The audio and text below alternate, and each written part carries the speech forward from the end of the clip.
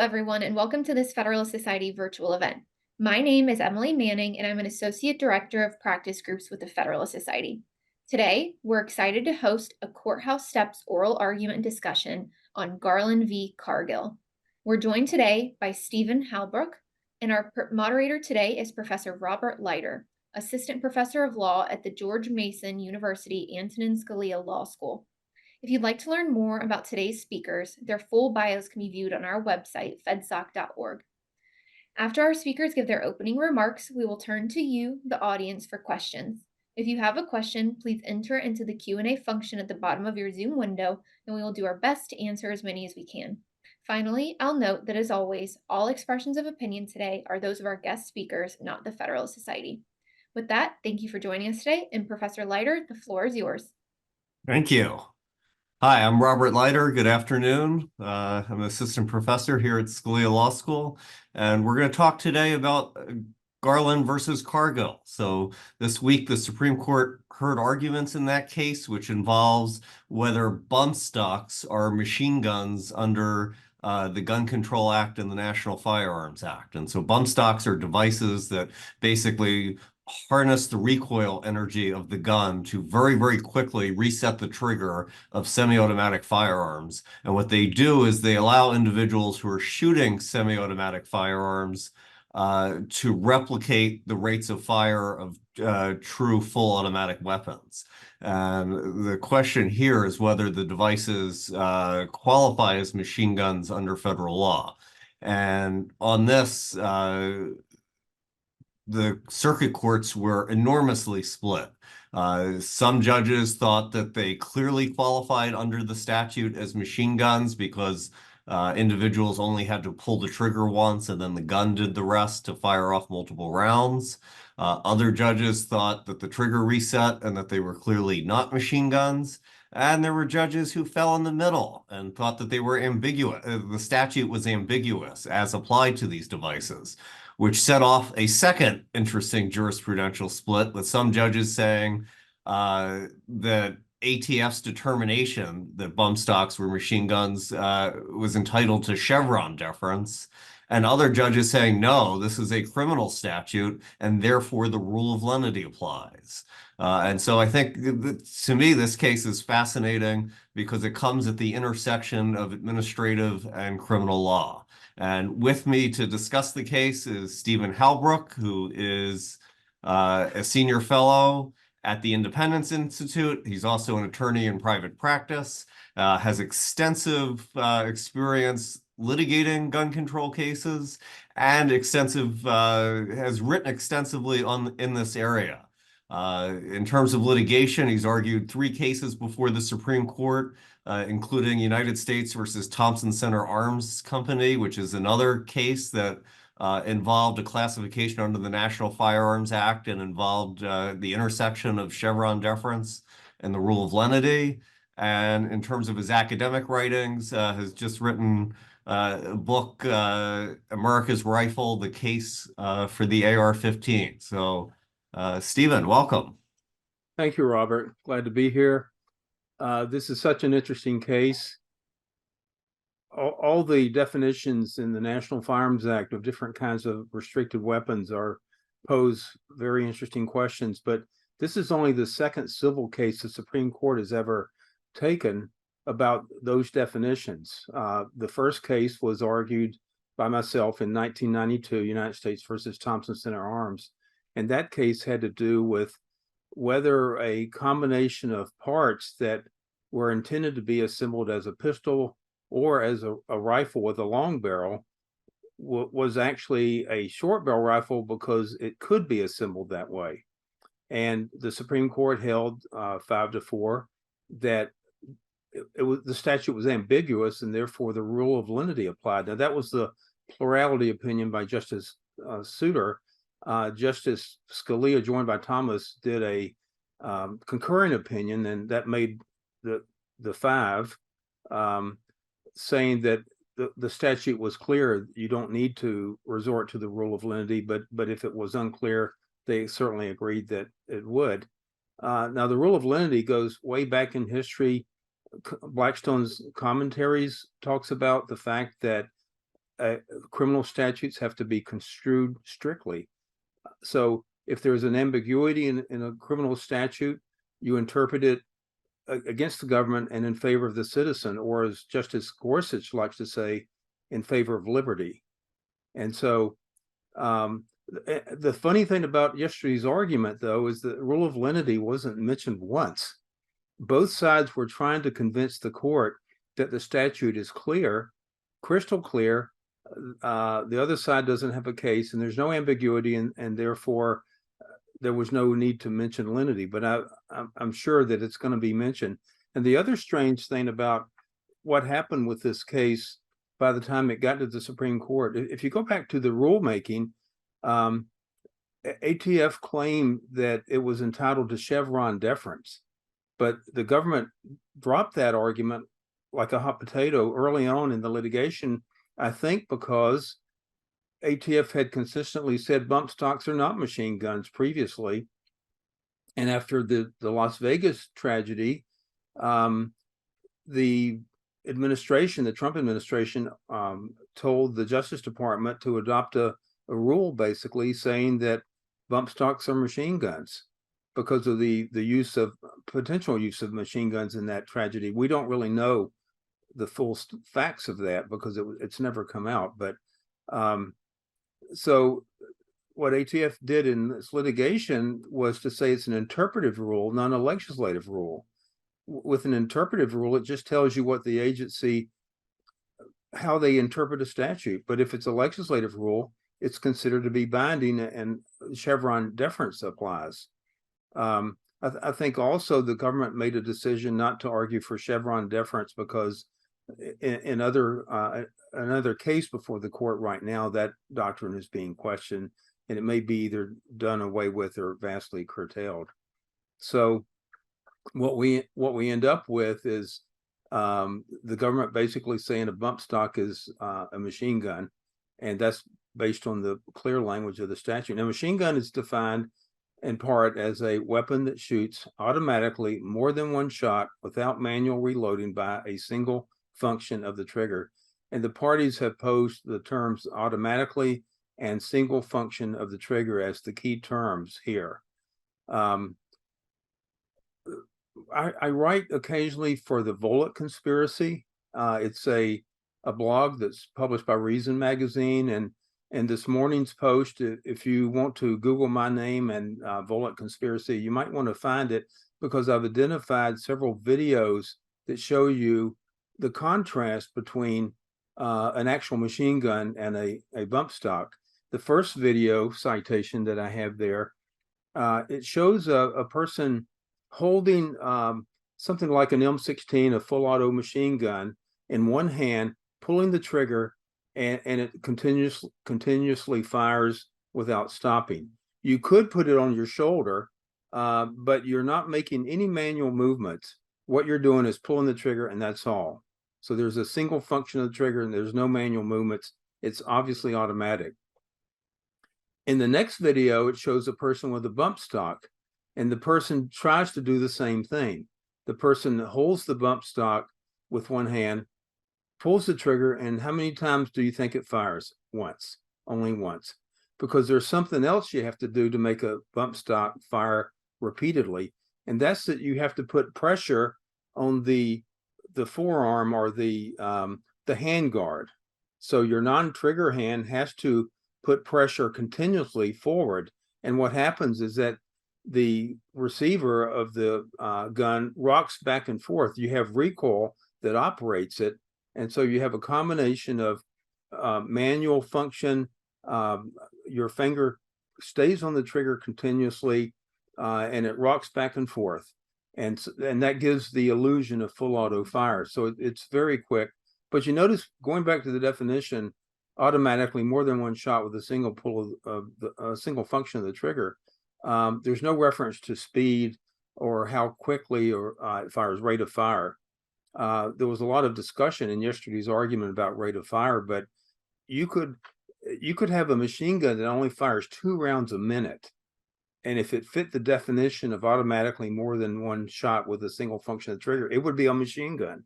So you can get rate of fire out of your mind right away. In fact, when the Deputy Solicitor General who began his argument, the very first two sentences of his argument show that we've got a manual movement going on when a bump fire is used to fire the weapon. Because as he says, you have to pull the trigger and then you have to maintain to put forward pressure on the handguard and maintain that pressure. And if you let go of the pressure, it's going to stop firing. So it's only firing one shot per function of the trigger. So that's what a bump fire is. And when you get into the terms single function of the trigger, we got into what Judge Gorsuch has described as fifth grade English, fifth grade grammar. And he said that you don't function the trigger, you don't use that term as a verb. You have a single function of the trigger, but you can pull the trigger, and that's a transitive verb, if I'm getting this right.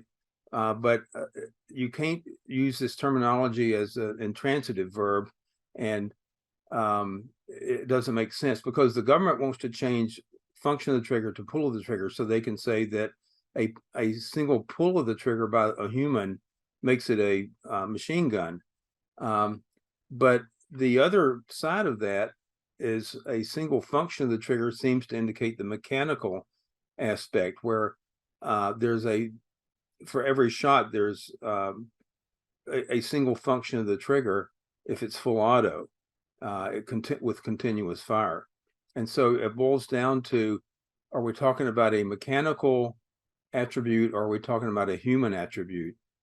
The government in its rebuttal cited Judge Ho from the Fifth Circuit, his concurring opinion, where and it was the wrong guy to cite, I think, because he started out his concurring opinion with the rule of lenity, and he went on to point out how you could have these two different interpretations of the statute, and neither one of them is necessarily the case, and therefore the rule of lenity applies. You had, I think, 8 members of the Fifth Circuit said that, and that was a plurality, it's a large court, said that on the merits, a bump stock is not a machine gun. But when you add the concurring opinions with that, you have so many agreeing with the rule of lenity. If all else fails, then you have construction against the government. It was kind of interesting. The government really liked the NRA in the argument yesterday, because in the 1934 hearings on the National Firearms Act, NRA President Carl Frederick actually he talked the House out of a really weird definition of machine gun and drafted a more correct one, which did use the term single function of trigger. But in discussing that the 1934 legislation, he did refer to pull of the trigger. And so the government wants to substitute what the NRA president said for the actual words that are used in the text of the statute, which I find rather humorous. Now, on this issue of ambiguity and the rule of lenity, we have differences of opinion.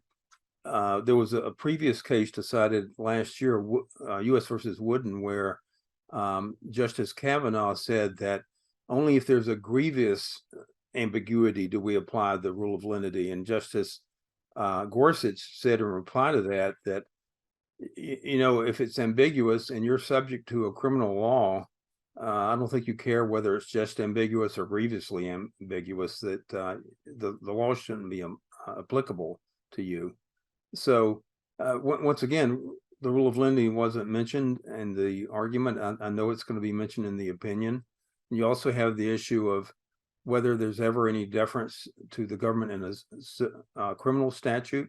And in the case, this is a civil case, but it has criminal implications. That was also true in the Thompson Center Arms case that I mentioned previously. If it's a civil case, but it's a criminal statute, you've got to apply the rule of lenity if there's an ambiguity. So that's where we stood on some of those issues. It also, other devices were mentioned. There were some theoretical devices that were kind of hard to understand, but there were two in particular that are considered machine guns. And one was the so-called Aikens accelerator. And that was a device kind of like a bump stock, except that it had a spring that assists the going back and forth of the receiver when it fires. And so it's got recoil operated, but it functions automatically because of that spring. You don't have the human factor of having to continually put pressure on the forend or the handguard. And then there's another device that was cited that was in the U.S. versus Camp case that came out of the Fifth Circuit a few years ago. And some fellow very innovative had rigged up a fishing reel somehow on a rifle and rigged that up to some kind of electrical source, so that all you had to do is just start it and it would the gun would continuously fire. And I can't imagine exactly what it looked like, but that was held to be a machine gun. So if you see the Camp case cited in the transcript of argument, that's what they're referring to. And then there were some going back and forth between particularly Kavanaugh, Gorsuch, and the SG about, first of all, can you prosecute people for a bump stock when ATF said it's not a machine gun? For years they said that, and the government lawyer said, well, the statute of limitations is about to run because it's been almost 5 years since the Federal Register implemented the final rule, and so I don't know of any prosecutions, he said. And there's also the doctrine of entrapment by estoppel, which I was surprised to hear of. That's a doctrine that you might not be familiar with. If you're a criminal lawyer, you might be, and that's where if a government official who's authorized to give advice on the subject tells you that something's lawful, and then it later turns out that the government doesn't consider it lawful, you can rely on that advice, and that's a defense to a criminal charge. Estoppel by entrapment by estoppel is often pleaded but not accepted very much in courts, but it is a recognized doctrine. And so the government lawyer in this case said in oral argument yesterday that, well, if they prosecute you, you can argue entrapment by estoppel if you were misled by the previous opinions. But then, so how would you know, based on the fact that ATF previously said one thing and now says something else? And the government lawyer said, but you've got notice through the Federal Registrar. And so Justice Gorsuch made a very funny comment where he said, yeah, right, gun owners sit around with their dog and their fireplace or whatever, sitting around late at night for relaxation, reading the Federal Registrar. I mean, we know that doesn't happen. There's plenty of people who don't have notice. And so it was also brought up, what about the fact that if you're in the Fifth Circuit ruled that a bump stock is not a machine gun, and the government lawyer said they can prosecute you anyway, because, by the way, they didn't enjoin the statute, they didn't, the regulation, they didn't enjoin it, they didn't vacate it, and so the regulation stands, and you can prosecute people, like in Texas, for a bump stock, even though the Fifth Circuit said it's not a machine gun. So those are some of the highlights. I mean, it was a really interesting argument. I love it nowadays that you can listen to it live. It used to be you had to go to the court and they would give you a transcript weeks later, and they wouldn't even tell you which justice was asking which questions. And now you get the transcript the same day. So why don't I close my open there, Robert, and see what we've got. All right, thank you. So I mean, arguments are interesting for different reasons. Sometimes there's a tremendous dispute on the law. Here, there was seemingly tremendous dispute just on the facts of how these things operated. How does a traditional automatic firearm operate, and what the trigger on an automatic firearm? How does it differ from what is happening with a bump stock?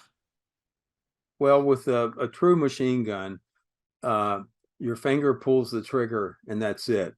In the classical form, it just fires automatically until it empties the magazine.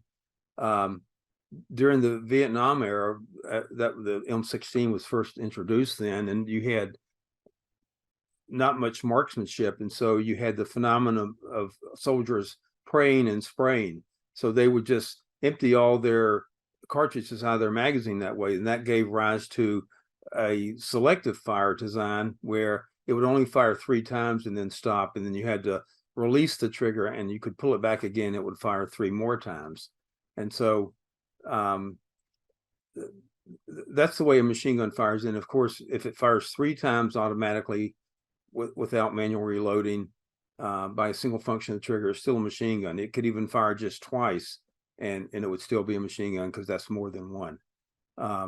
With a typical semi-automatic, you pull the trigger and then it fires, and that's it. You have to release your finger from the trigger. The trigger resets, in other words, goes back forward, and then you have to pull it again. So there you have one shot, one pull, one shot. And by the way, there are some machine guns that you don't just pull the trigger, you push the trigger. Like some of the heavy machine guns, you push with both thumbs. These would be heavy machine guns that are on tripods, for example, like the Maximum or one of those. So with a bump stock, there's a kind of a bridge where the trigger is, and you pull the trigger back once and you maintain pressure on that bridge, but then you've got to maintain that forward pressure with the non-trigger hand on the hand guard.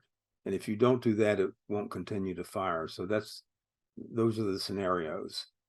I've been trying to figure out if some of the justices' questions just accord with basic principles of physics. Because one of the arguments that came up from the SG is there's no difference between maintaining the continuous rearward pressure that you would have to do with a traditional machine gun when you pull the trigger, because if you release the trigger, the gun will stop, and the continuous forward pressure that you would have to do with a bump stock. And their argument was something like, well, when you pull the trigger on a bump stock, you only pull the trigger once. But I don't know if that actually works in terms of basic physics. Is my understanding, and perhaps you can comment on this, is that the way the bump stock works is you have to reset the trigger each time.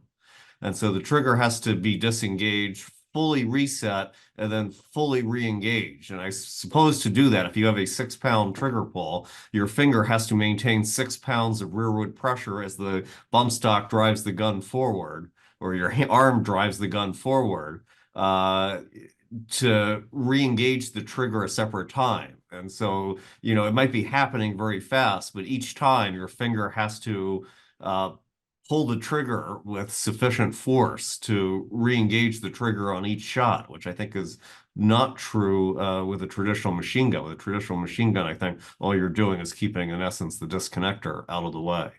But I was wondering if you could comment on that. Right, Robert. So you have your fingers on the trigger, pulls the trigger, and then your finger is resting on, there's a couple of protrusions that come up. And when you fire that first shot, and while maintaining that forward pressure on the handguard, the trigger goes backwards and then it comes forward again, and your finger actually pulls the trigger again. And just by keeping your finger in that position, the trigger resets, comes forward, gets pulled again, because remember the frame or receiver of the gun, the middle part, is going back and forth with each shot. And so when you maintain the forward pressure and then you keep your finger in that position, the trigger resets and fires more than once. So it might, one of the things I had difficulty with is that it might be happening very fast, but I think you are separately pulling the trigger each time. I mean, you have to, in essence, it's not quite the same as maintaining the rearward pressure. But let me move on to some legal questions. So ATF here had reversed itself. It had for years said that these sort of bump stocks were not machine guns. And it had done so through a series of classification letters. And one of my questions is kind of more broadly, does ATF have an administrative law problem that, it was in essence kind of engaging in legislative rules through classification letters? And my question is, what are these classification letters and how does ATF traditionally regulate? Because it doesn't issue that many legislative rules, I don't think. Right. How does Here's what ATF regulate firearms? right. We want to, if you're in the regulated industry, like a gun manufacturer, or if you're a person subject to prosecution, you want to know what the agency's interpretation of the law is as applied to facts. And so the informal way to get a classification of ATF's opinion of the status of a firearm, for example, under the National Firearms Act, is through a classification letter. Now, when I did the Thompson Center Arms litigation, we started with having lots of meetings with ATF, informal meetings, and we got letters, and then we got final decisions, and then we went to court. And so it works that way sometimes if you move into litigation. But when you get an ATF opinion like these early opinion letters, that a bump stock's not a machine gun, if you're an industry, you're manufacturing bump stocks, or you're going to buy a bump stock, you can pretty much rely on those letters. People do rely on them. You can also have a formal process, which is called an ATF ruling. For example, after ATF said that an Aikens accelerator is not a machine gun and changed their mind and said that it is a machine gun, they did a formal ruling. It's kind of like an IRS ruling where they give you their opinion of the subject.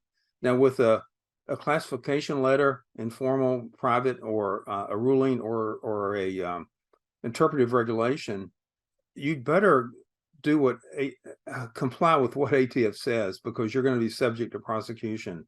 Otherwise, it doesn't take a legislative regulation like the DC Circuit in the Goody's case said that, well, ATF argues this is just an interpretive regulation, but it's really legislative, because if you don't do what they say, they're going to come after you. So those are the different steps. Now, one thing about ATF, and I think it says something good about ATF up until this regulation, they never once tried to add to what Congress said defining NFA firearms. They didn't do it in Title II of the Gun Control Act, that's the NFA, or Title I, which is regular guns. They have definitions, and the regulations repeat what the statute says. And up until this incident, they never went beyond that language. And what they did here was to add to that definition of machine gun the partial definition I told you earlier, and then there were some other ones that Congress revised the definition of machine gun in '68 and then again in '86. But up until this regulation, ATF had never done that. And I mean, I'm kind of proud of them for never doing that before, because it showed that they understood their jurisdiction was limited to what Congress said. I mean, you can't add to this. It's a criminal law. You can go to prison for a long time for violation of the NFA, like for an unregistered NFA firearm. So then they added this definition, and now they've done 3 more regulations with where they're basically adding to what Congress has said in the Gun Control Act on definitions like frame or receiver, and pistols with braces, what it means to be engaged in the business, things like that. So they've really gone overboard in this administration doing that. Yeah, although one of the things ATF has long been of the position is that you can't take an automatic firearm and lock it to a semi-automatic mode of fire, and that it would take it out of the category of being a machine gun. That will not take it out of the category of being a machine gun. Is that right? That if you had an M16 and you somehow locked it only to semi-automatic fire? Well, I think they require, like the AR-15, I think they require it to be slightly redesigned. oh yeah, it had to be redesigned back in the early '60s. I've got the original papers between Colt and ATF was not called ATF then, but it later was, but their predecessor agency, where they examined a different frame or receiver. It had to be redesigned so it wouldn't accept the automatic sear. It was not, didn't have the auto sear hole drill, then it didn't have the interior of the receiver milled out so you could put in an auto sear. And so the industry has always worked with ATF in redesigning receivers. If it starts out to be a machine gun or the other way around, there has to be different types of receivers there. So you can use different parts. I mean, some machine gun parts will fit in semi-autos, but they might be parts that have nothing to do with the full auto function, like a bolt on an AR-15 is an example. So yeah, the frames or receivers have to be separate because a machine gun is defined not just to include a weapon that shoots, but also one that's designed to shoot or is readily restorable to shoot, or the frame or receiver of any such weapon.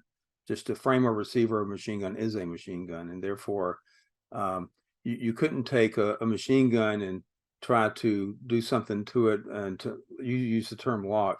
But there is a precedent in the DC Circuit that I won against ATF, the Vollmer versus Higgins, which held that you could change a semi-auto receiver into a machine gun receiver and then weld it back into a semi-auto receiver. And therefore they rejected the idea once a machine gun, always a machine gun. Well, but the reason I'm asking is, to me, the elephant in the room, if they say that a bump stock is a machine gun and the AR-15 readily accepts the bump stock, could the Biden administration or future administration come back and say, well, they're designed to be automatic weapons because they are designed to accept the bump stock, and therefore all AR-15s currently in circulation are machine guns? So no, that's not going to happen. And here's the reason, is that all semi-automatics are capable of being converted into machine guns.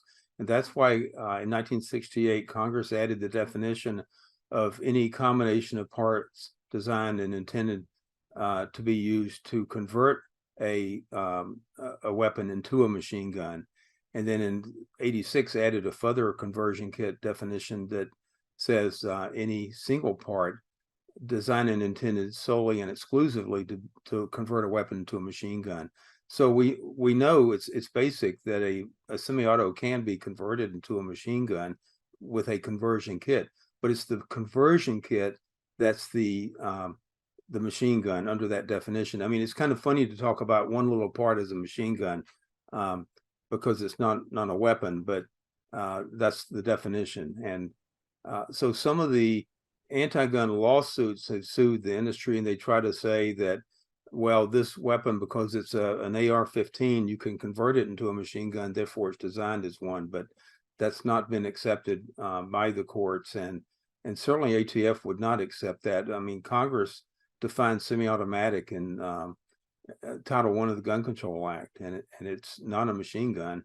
That everything in ATF's history in terms of differentiating between semi-autos and machine guns recognizes that clear line of distinction. I mean, it does. Well, let me push back a little bit on this, because when you deal with guns like the M16, the ATF required them to be redesigned, not to accept the full auto components before they would allow them on the civilian market. And if you're saying that the AR-15 with the bump stock is a machine gun, why couldn't ATF likewise require that the AR-15 be redesigned so that it's not capable of accepting a bump stock?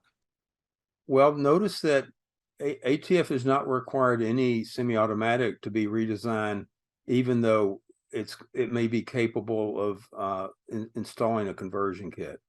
And so a bump stock would be kind of if it really is a machine gun, it's kind of the equivalent of a conversion kit, a machine gun conversion kit, which is defined as a machine gun. So it's a physical object that if you put it on a semi-automatic and it converts it into a machine gun, it's a conversion kit, but that doesn't make the original semi-automatic to be a machine gun design.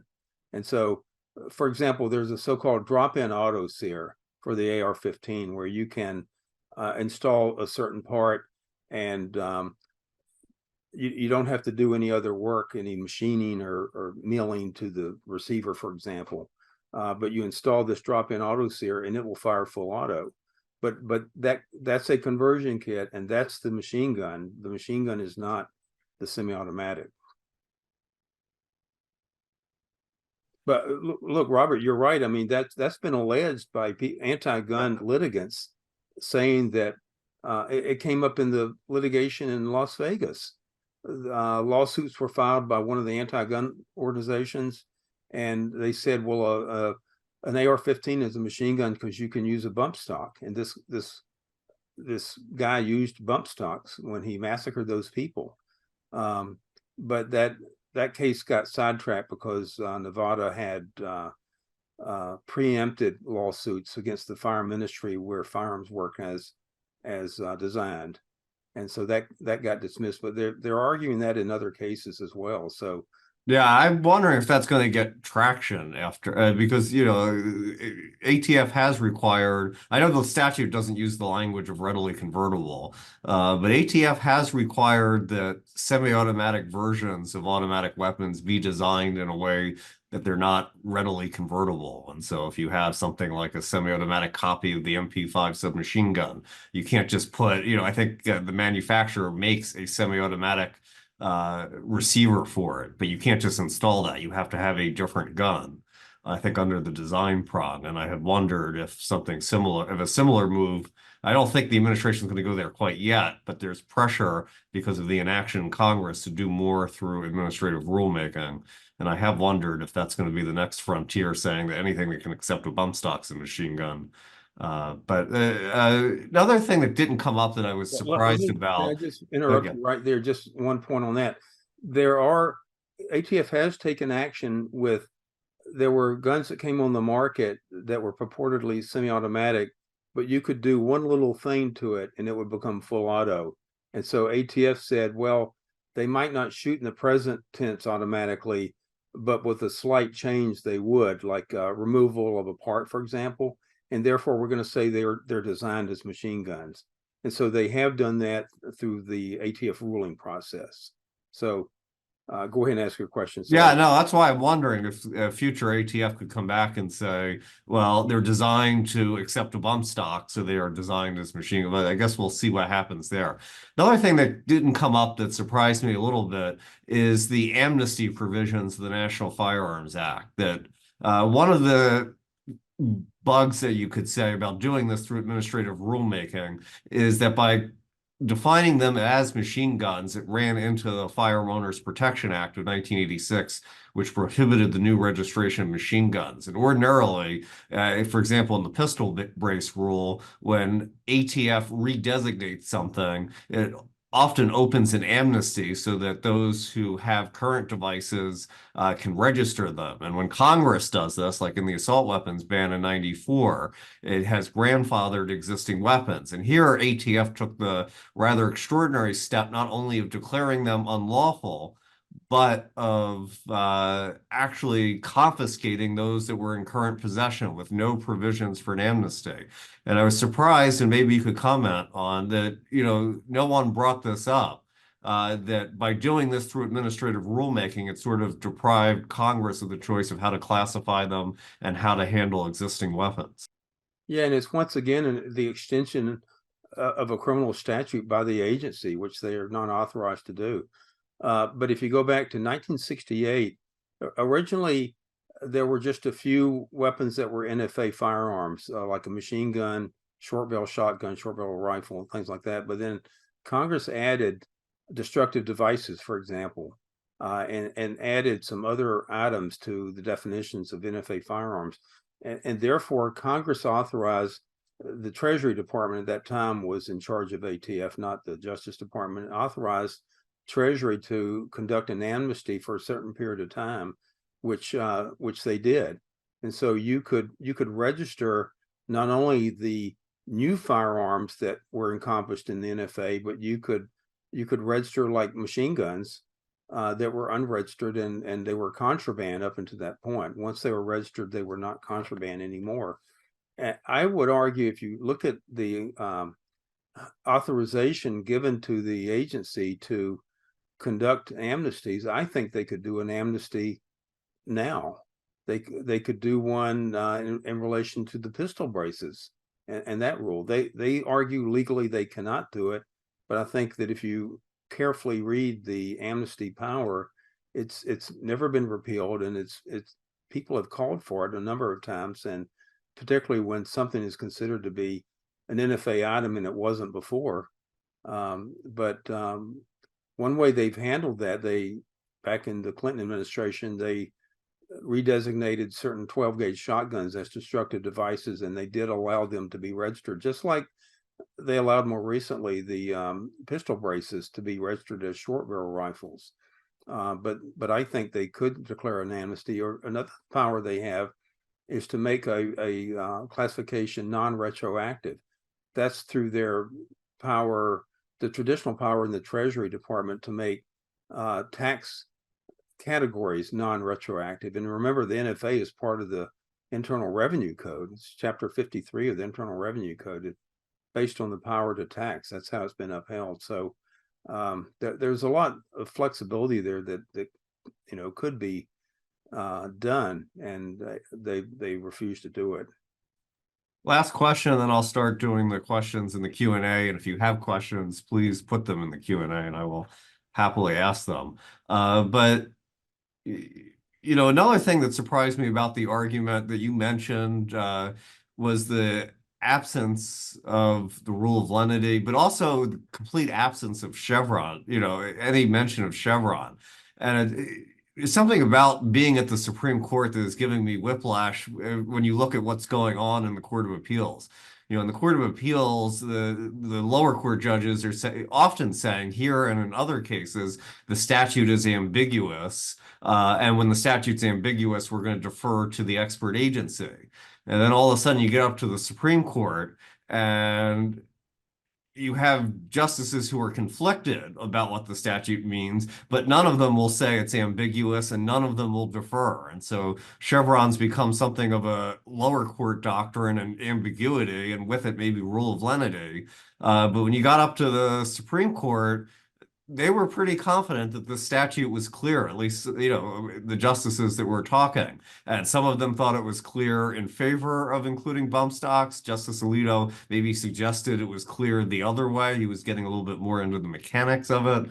But the court seems to have a very narrow definition at the moment as to what constitutes ambiguity. I was wondering what your thoughts were on that. Yeah, up until now, I've litigated a number of cases with ATF, and invariably they appealed to what I call the divine right of deference. We had the divine right of kings in the old days, and now it's like we're the government, so we're right about what the law means. Up until this case, they've relied on that, and they, as I mentioned earlier, they relied on Chevron deference in their commentary to the final regulations in this case. Then they dropped that like a hot potato. But when it got to the DC Circuit, that court held against ATF's argument and said Chevron deference does apply, and it's really a legislative rule, not an interpretive rule. And so, yeah, I mean, they acted like the law is clear, but it got really muddied when you keep having references to, well, it shoots fast and it shoots lots of bullets, and none of that's in the definition. And so you have this, what is really the purpose of the statute? And they said, well, we're not relying on the legislative history, but we're using legislative history to show the meaning of the words in 1934. And you have a lot of this piling on of either what could be considered deference or, the Church of the Holy Trinity case even came up, where if the statutory text is clear one way, but it conflicts with Congress's purpose, then you go with Congress's purpose. And so you've got these other doctrines swishing around and creating confusion. But the bottom line, when you get down to it, I think the text is pretty clear. And if you look at how these different kinds of firearms actually operate, I don't think there's any question. There's one more part of the definition that the the litigants had neglected here, and that's the part of definition of machine gun which refers to shoots automatically more than one shot without manual reloading by a single function of the trigger. I think they could have used without manual reloading also as part of the challenge, and here's why. When you maintain that forward pressure on the handguard, that's a form of manual reloading. If you don't do that, it won't reload. And there's even discussion in the Federal Register about the fact that there are pump shotguns where you can pull the trigger and you continue to pump it and it'll keep firing as long as you're pumping it. Now with the bump stock, you're not making that big of a movement, but it's like you're pushing forward.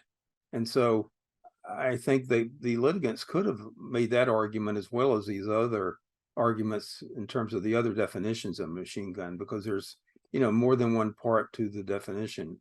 Automatically, more than one shot, without manual reloading by a single function of the trigger.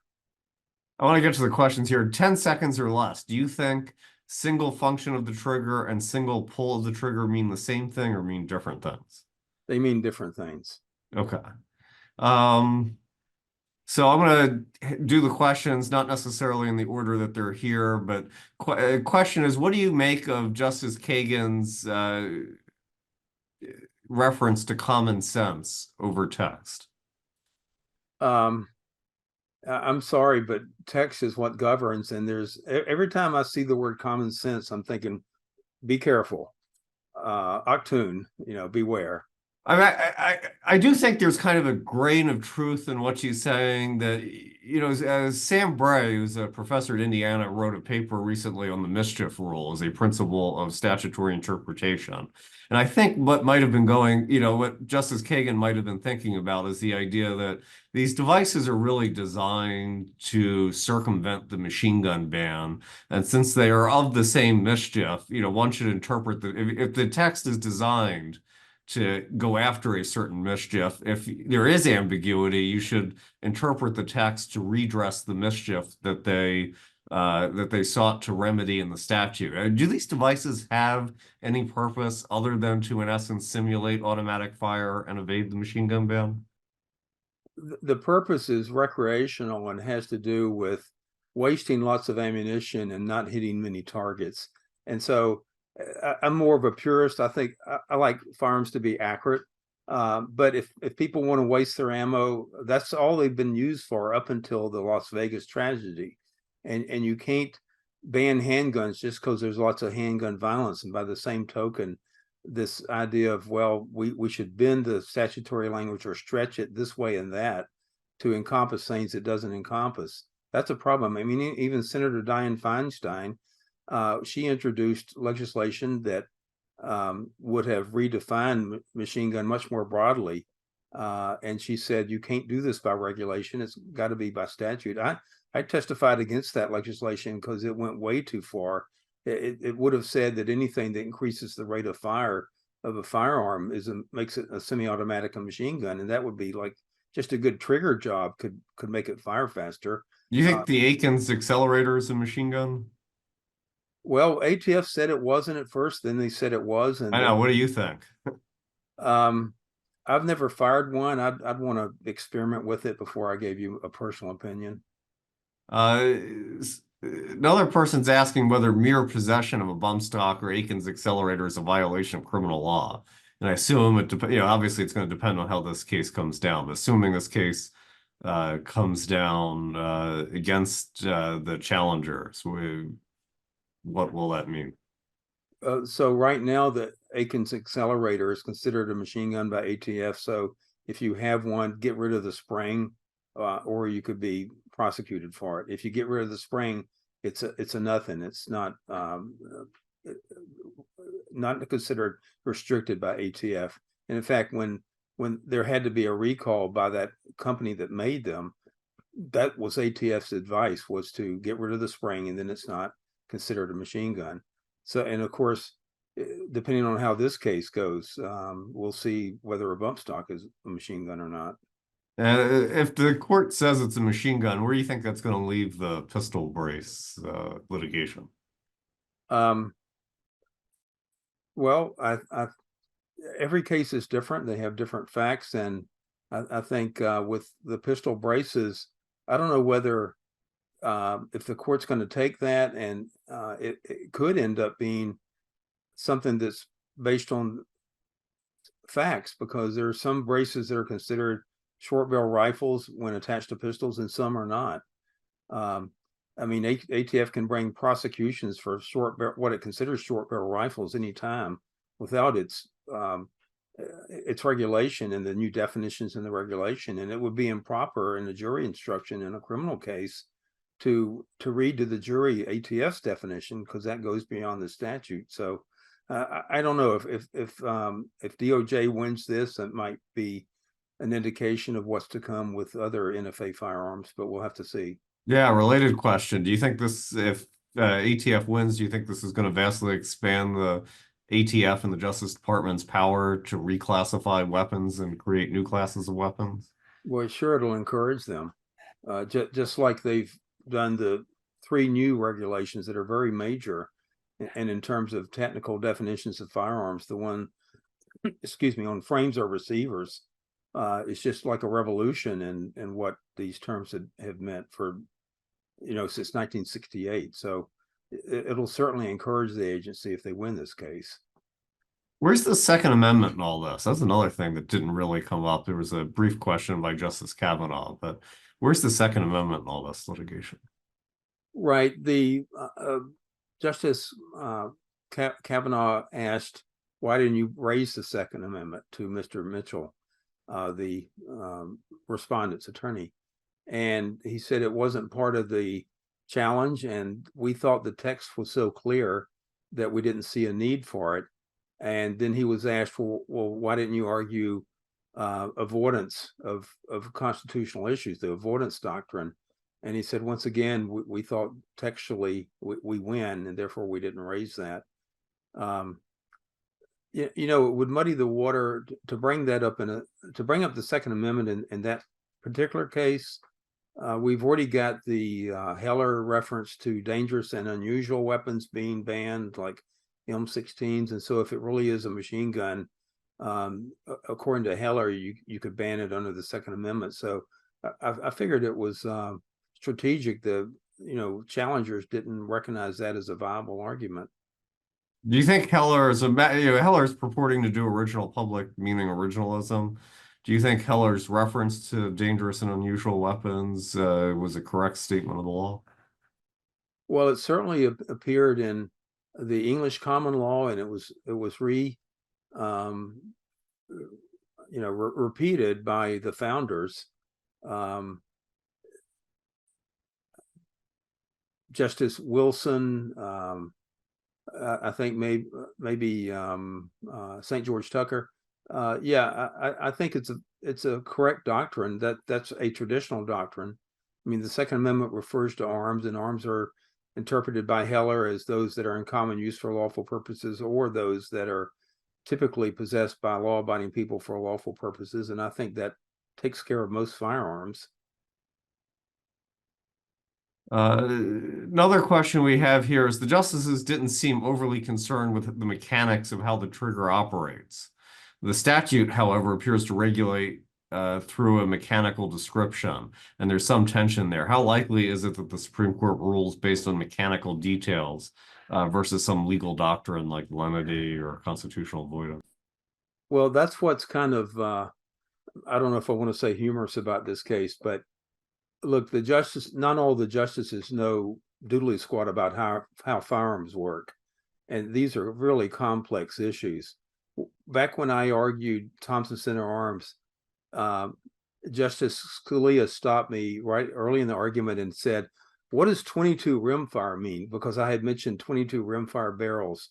And he knew exactly what it meant, but he knew the other justices up there, maybe some of them at least, had no clue what I was talking about. And it made me think, by the way, hey, this is really easy arguing in the Supreme Court. I get to explain what 22 rimfire means. But by the same token, some of the justices, they're talking about rate of fire and circumvention of the law and all of that. But I'm not sure if they have a clue what these words mean and how guns really operate. Is that going to be a post-Chevron danger, assuming they overturn Chevron? One of the arguments for Chevron is that you commit these questions to the agency that does understand these things.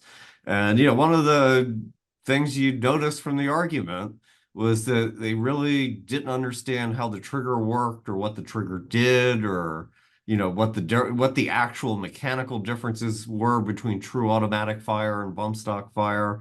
And is this going to be a problem that if Chevron's overturned, courts and judges who have no expertise in these sorts of things are now going to have to rule on areas that they don't really understand? Well, that's the problem with all three branches of government. Had Senator Feinstein's bill been enacted into law, it would have had quite a devastating effect on basically Americans being able to possess semi-auto firearms. So, I mean, Congress can make stupid mistakes, and the agency not only can make mistakes, but can do things that the administration is ordering them to do, like in this very case. Bump stocks were not considered machine guns by ATF, and the administration said, make them into machine guns, and they did.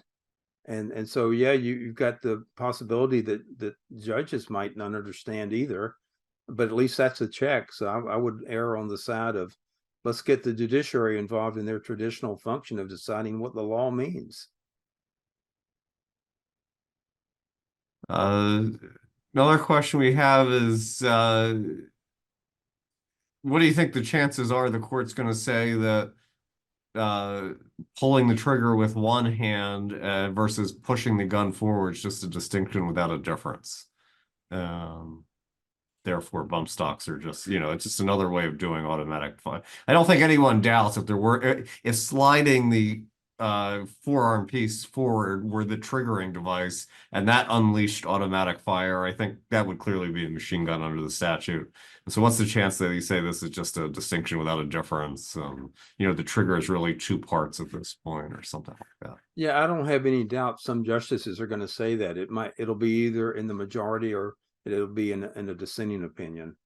That's going to be said. And those hypotheticals that got kind of hard to understand, like what if we have a box and it's got these buttons to push, and I couldn't visualize what they were talking about necessarily, but I think there's a tendency to want bump stocks to be considered machine guns, and therefore we can think up ways to, in our opinion, to make it sound persuasive that they are under the text. Yeah, I thought the government had some tricky questions here too. Somebody asked you could use rubber bands to engage a bump firing sequence, and I guess they said that was still a single pull of a trigger, but they put their emphasis on it has to be automatically, and the rubber band is not automatic. Right. They said you could use a zip tie to pull the trigger back, but that was in regard to, I don't think bump stocks, or maybe it was. Do you think so? Another kind of impending, I guess my last question, because we're just about at time. So we talked about conversion devices, and the other thing that's been in the news a lot are these so-called Glock switches, which I think are devices you can put in the back of the handgun, and I think it interferes with the operation of the disconnector, so it creates full automatic fire. And apparently Glock has looked at this and said they can't redesign the gun.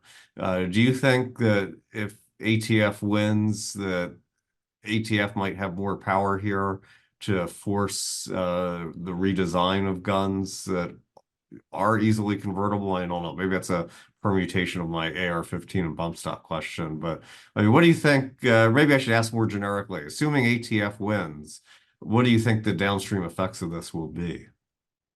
Well, just backtracking a little bit, the NFA doesn't include a readily convertible definition of machine gun. It's got readily restorable. So if something was a machine gun and you got a little weld in it that you only need to knock off and it'll fire automatically again, then it's still a machine gun.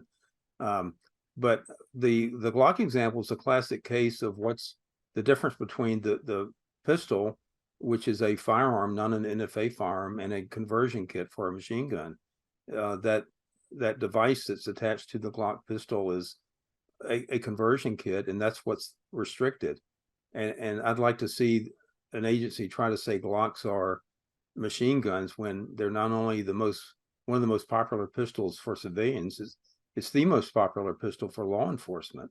And so I don't foresee that happening. That Glock is not going to redesign these pistols, and they're not going to be ordered to do it. There's no power that ATF has to do that, and I don't see ATF reclassifying the Glock as a machine gun because there's a conversion kit available for it, because you can have a conversion kit for any semi-automatic firearm. Well, last question, let me ask it this way. What's your prediction for what the Supreme Court's going to do? And what do you think the downstream effects of the decision will be? Is this a one-off case, or is this something that's going to stand for something? Yeah, I'm not going to make a prediction. Okay. I think it could go either way. I think there were strong arguments both ways. I come down on the side that a bump stock is not a machine gun. I think that's based on the text. You could have 5 justices think otherwise. Do you think this will be a major case or just something sui generis? I think it's going to be major because it has to do with firearms technology, and this is coming from the Supreme Court, and we've got lots of firearms, lots of firearm designs, and whatever guidance the court's going to give us, it's going to have a big ripple effect. All right. Well, thank you very much. This was quite informative, and hopefully we'll get to talk again after the decision comes down. Thank you, Robert, and thank you, FedSoc, for putting on this program. On behalf of the Federalist Society, thank you both for joining us for this great discussion today. Thank you also to our audience for joining us. We greatly appreciate your participation. Check out our website, fedsoc.org, or follow us on all major social media platforms at FedSoc to stay up to date with announcements and upcoming webinars. Thank you once more for tuning in, and we are adjourned.